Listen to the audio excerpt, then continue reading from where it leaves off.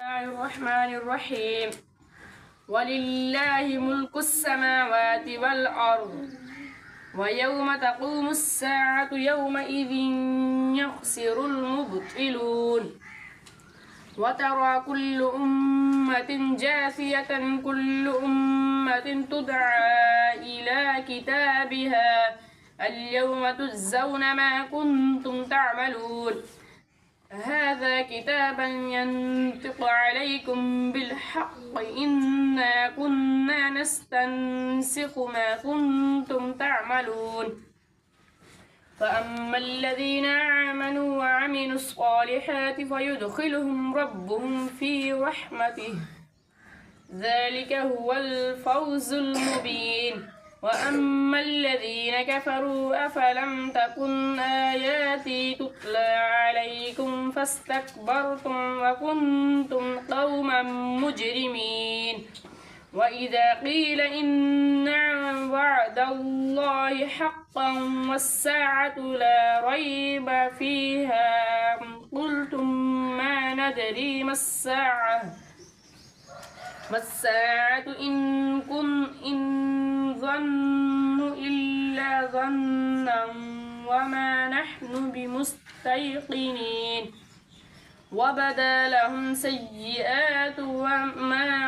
عملوا وحاق بهم ما كانوا به يستهزئون وقيل اليوم ننساكم كما نسيتم لقاء يومكم هذا ومأواكم النار وما كنتم من ناصرين ذلكم بأنكم اتخذتم آيات الله هزوا وغرتكم الحياة الدنيا فاليوم لا يخزون منها ولا هم يستعتبون فلله الحمد رب السماوات ورب الأرض رب العالمين وله الكبرياء في السماوات والأرض وهو العزيز الحكيم.